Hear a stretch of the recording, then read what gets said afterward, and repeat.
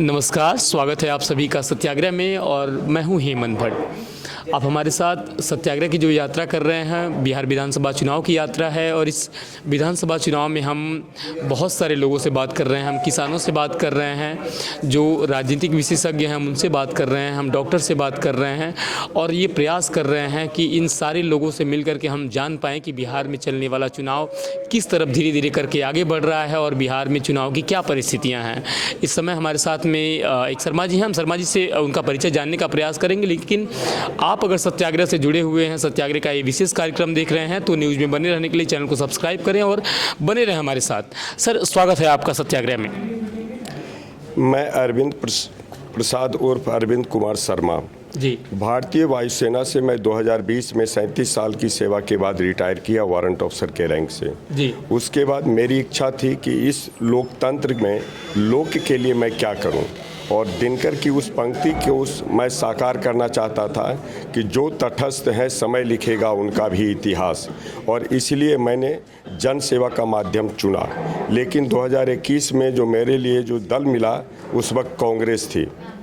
आज जब उसके बाद के वर्षों में जब हमारे प्रशांत किशोर जी के द्वारा एक नई आवाज़, एक नई धारणा समाज में विकसित की गई है तो उसके प्रति मैं आकर्षित हुआ और सर्वप्रथम मैं इसके विचार मंच से जुड़ा। उसके बाद मैं आज देख रहा हूं कि पहले जो विकल्प की विहीनता थी राजनीति में बिहार के खास करके संदर्भ में, आज हमारे प्रशांत किशोर जी ने हमें एक विकल्प दिया है। और विकल्प ही नहीं दिया है, हमारे आज के माहौल में हम जो देखते हैं, क्योंकि मैं ऑफिस और कार्यालय की राजनीति में नहीं संलग्न रहता हूं, मैं सड़कों में, गलियों में और पगडंडियों में अपनी राजनीति की धारा को देखता हूं, तो वहाँ मैं देखता हूँ कि जो लोगों में जो एक अंडर करेंट है वो आप उसका एहसास तभी करेंगे जब आप लोगों से जुड़ेंगे। जैसे लोग जन स्वराज को देखते हैं, जन स्वराजियों को देखते हैं, हमारे झंडे को देखते हैं तो वो खुद दौड़े चले आते हैं। ये कहते हैं कि सर हम तो आपको ढूंढ रहे हैं, आप कहाँ हैं। खास करके कुछ कुछ जगहों पे है जो बीजेपी का एक प्रकोप है, आतंक है, उनके कारण कुछ लोग जाते हैं और कहीं कहीं और दूसरे दल जैसे राजद वाले हैं उनके कारण भी लोग खुल करके नहीं आते हैं। लेकिन उनको जैसे ही जन स्वराजी दिखते हैं तो बिल्कुल इस भाव से आते हैं जैसे उनका कोई सगा आ गया है जो उनको इस विपदा से मुक्ति दिलाएगा, इस वर्तमान व्यवस्था से मुक्ति दिलाएगा। आप शर्मा जी को सुन रहे हैं और शर्मा जी, आपने बताया कि आप एयरफोर्स में रहे हैं, सेना में रहते हुए आपने काम किया है और आपने शुरुआत किया कि दिनकर जी की कविता के साथ। वो कविता है, समर शेष है नहीं पाप का भागी केवल व्याध, जो तटस्थ है समय लिखेगा उनके भी अपराध। राइट।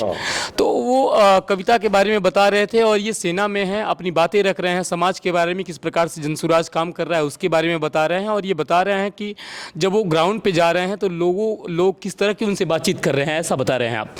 एक बात बताइए कि आप बता रहे थे शेखपुरा ज़िला से आप रहने वाले हैं और जो पहले मुख्यमंत्री थे उनके गाँव के पास में आपका गाँव है। अभी आप अपने गाँव की तरफ से आ रहे हैं, गाँव पे लोगों के बीच में जा रहे हैं। जो 2-3 पार्टियां हैं, महागठबंधन है, बीजेपी है और जनसुराज है, तीनों का माहौल में अभी आप क्या देख रहे हैं? क्योंकि बहुत 6-7 दिन और बच गया है, 6 तारीख को वोटिंग होने वाली है, छठ महापर्व जो है वो समाप्त हो चुका है। तो अब आम तौर पे हर तरफ जो सरगर्मी है आपको चुनाव की देखने को मिल रही है, कैसा माहौल है अभी चुनाव का? देखिए, माहौल तो इतना अच्छा चल रहा है कि हम इसके जो परिणाम होंगे ना वो इतने आश्चर्यजनक होंगे कि लोग इसकी मतलब अपेक्षा नहीं कर रहे हैं कि क्या होने वाला है। क्योंकि लोग इस तरह से हैं कि लोग अपना मन बना के बैठे हुए हैं। कहीं कहीं तो लोग इस अवस्था में है कि उनको पता चल रहा है कि जन स्वराज का कोई कैंडिडेट है कि नहीं है। मैं अभी मंगल तालाब में पटना सिटी, चूँकि मेरी कर्मभूमि पटना सिटी है, जन्मभूमि भले शेखपुरा है, और मैं पिछले 4 साल से मैं पटना सिटी में रह रहा हूँ और अभी फ़िलहाल मैं जन स्वराज का महानगर उपाध्यक्ष हूँ। तो मैं देख रहा हूँ लोगों में कि लोग उत्साह से आते हैं, अरे यहाँ कोई कैंडिडेट है कि नहीं है। मैं जन स्वराज का हूँ, मैं ढूंढ रहा हूँ कि हमारे कौन है, हमारी नेत्री कौन है, जो हमारे कैंडिडेट कौन है, खड़ा हुए हैं।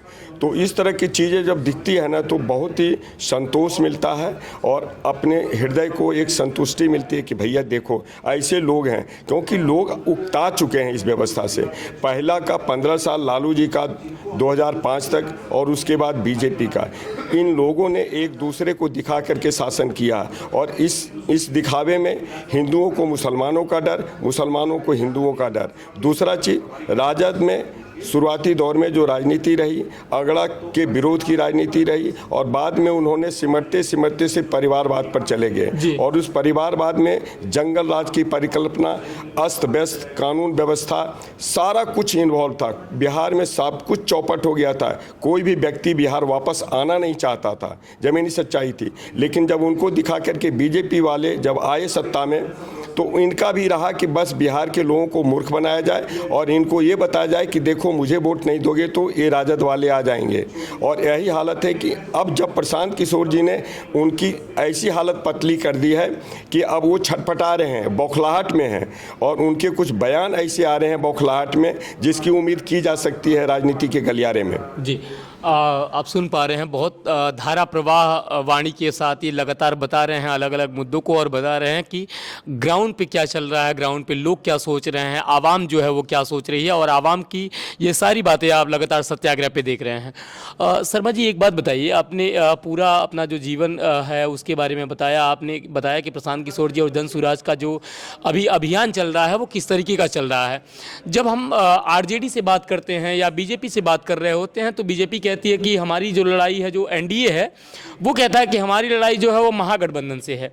महागठबंधन कहता है कि हमारी लड़ाई जो है वो एनडीए से है। तो आपको क्या लग रहा है, ये लोग जनसुराज पार्टी का नाम लेते समय डर रहे हैं या उनका नाम लेना नहीं चाहते हैं? देखिए, जब चोरी का माल और गलत ढंग से कमाया हुआ माल की छीना झपटी में तो दोनों बेईमान लोग ही रहेंगे, गलत लोग ही रहेंगे। शरीफ लोग का तो नाम उसमें नहीं आएगा। तो बस मेरा इतना ही कहना है। इतना ही कहना है। बहुत बहुत धन्यवाद सर, आपने अपना समय दिया। हम सत्याग्रह के माध्यम से और भी बहुत सारे कार्यक्रम करने वाले हैं, तो न्यूज़ में बने रहने के लिए चैनल को सब्सक्राइब करें और देखते रहें सत्याग्रह। बहुत बहुत धन्यवाद आप सभी का। नमस्कार।